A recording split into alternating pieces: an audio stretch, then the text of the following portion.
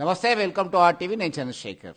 ప్రస్తుతం మనతో వారి అభిప్రాయాలు పంచుకోవడానికి మానకొండ ఎమ్మెల్యే డాక్టర్ కవంపల్లి సత్యనారాయణ ఉన్నారు. డిసెంబర్ 31న అసలు ఏం జరిగింది ఈ మధ్య కాలంలో వైరల్ అవుతున్నది. ఎమ్మెల్యే గారు జర మీడియా ఉంటుందని చెప్పి చూడాలి కదా అని చెప్పేసి మీరు ఏం జరిగింది, అసలు ఆ కేక్ తినిపించినటువంటి ఘటన ఏంది, అసలు మీ అభిప్రాయం? కేక్ 31 నాడు మాకు జర్నలిస్టుల సంఘం సన్మానం చేసింది.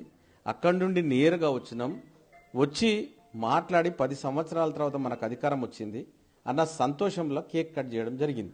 అది తినిపించినాము. ఆ కేక్ను కూడా అందరికీ రుద్దడం జరిగింది. ఒక్కరికే కాదు, నాకు కూడా రుద్దినారు. ఈ ఒక ఈడియట్ ఎవడైతే ఏ మీడియాకైతే నేను యాడ్ ఇవ్వలేదో వాడు దాన్ని వైరల్ చేసి మార్ఫింగ్ చేసి మధ్యలో పున్నం ప్రభాకర్ ఉన్నాడు, మా చెల్లి అటున్నది. నాకు ప్రతి సంవత్సరం ప్రతి ఏటా రాఖీ కట్టే చెల్లి, వాడికి చెల్లికి డిఫరెన్స్ తెలియని మూర్ఖుడు వాడు ఇష్టం వచ్చినట్టు మాట్లాడడం. ఆ చెల్లిని ఎంత ఏడుస్తుంది, ఎంత క్షోభపడుతుంది, ఎంత బాధపడుతూ ఉన్నది ఆ ఈడియట్ వల్ల తెలియదు. ఆమె ఒక గ్రామానికి, పెద్ద గ్రామానికి సర్పంచ్. ఆమె 10 ఏళ్లుగా ఎంపీటీసీగా చేసింది, సర్పంచ్గా ఉన్నది.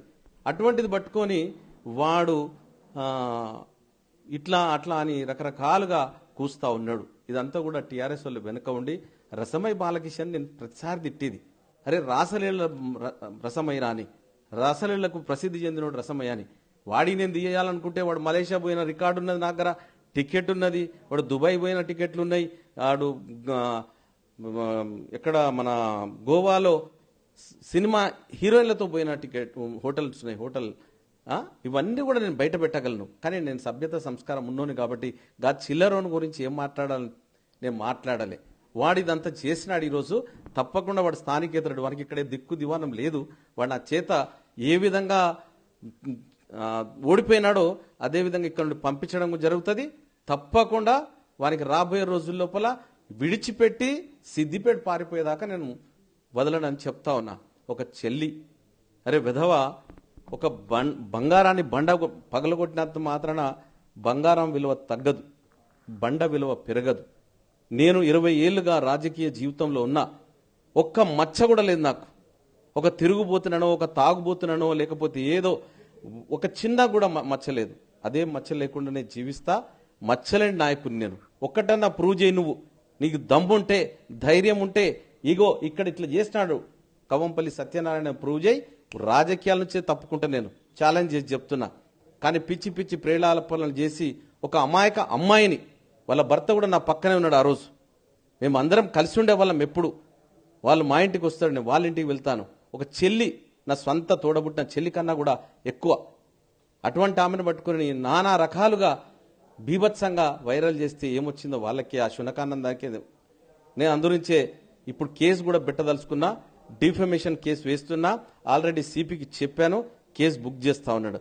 వాళ్ళని ఎవరైతే మార్ఫింగ్ చేసి వీడియోలను రకరకాలుగా మలిచి ప్రచురిస్తా ఉన్నారో, దుబాయ్ నుండి, ఖమ్మం నుండి, ఎక్కడెక్కడ రకరకాల ప్లేస్ల నుండి వస్తున్నాయో అవన్నిటిని కూడా పట్టుకుంటాం, కేసు వేస్తామని నేను తెలియజేస్తా ఉన్నా.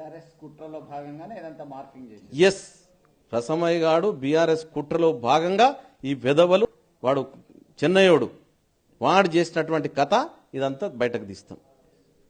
ఈ మధ్య కాలంలో డిసెంబర్ 31 తర్వాత వైరల్ అయినటువంటి ఫొటోస్, వీడియోస్ మార్ఫింగ్ చేసి బీఆర్ఎస్ నేతలు, కార్యకర్తలు కుట్ర కోణంలో దాగి ఉంది, వారి మీద కేసు పెడతా, వారిని వదిలిపెట్టే ప్రసక్తే లేదు అని హెచ్చరికలు జారీ చేస్తున్నటువంటి పరిస్థితి. వీడియో జర్నలిస్ట్ సుమంత్తో కలిసి చంద్రశేఖర్, ఆర్టీవీ, కరీంనగర్ నుండి. మరిన్ని వీడియోస్ కోసం ఛానల్ ని సబ్స్క్రైబ్ చేయండి. లేటెస్ట్ అప్డేట్స్ కోసం వాట్సాప్ ఛానల్ ని ఫాలో చేయండి. అండ్ లింక్ డిస్క్రిప్షన్ లో ఉంది.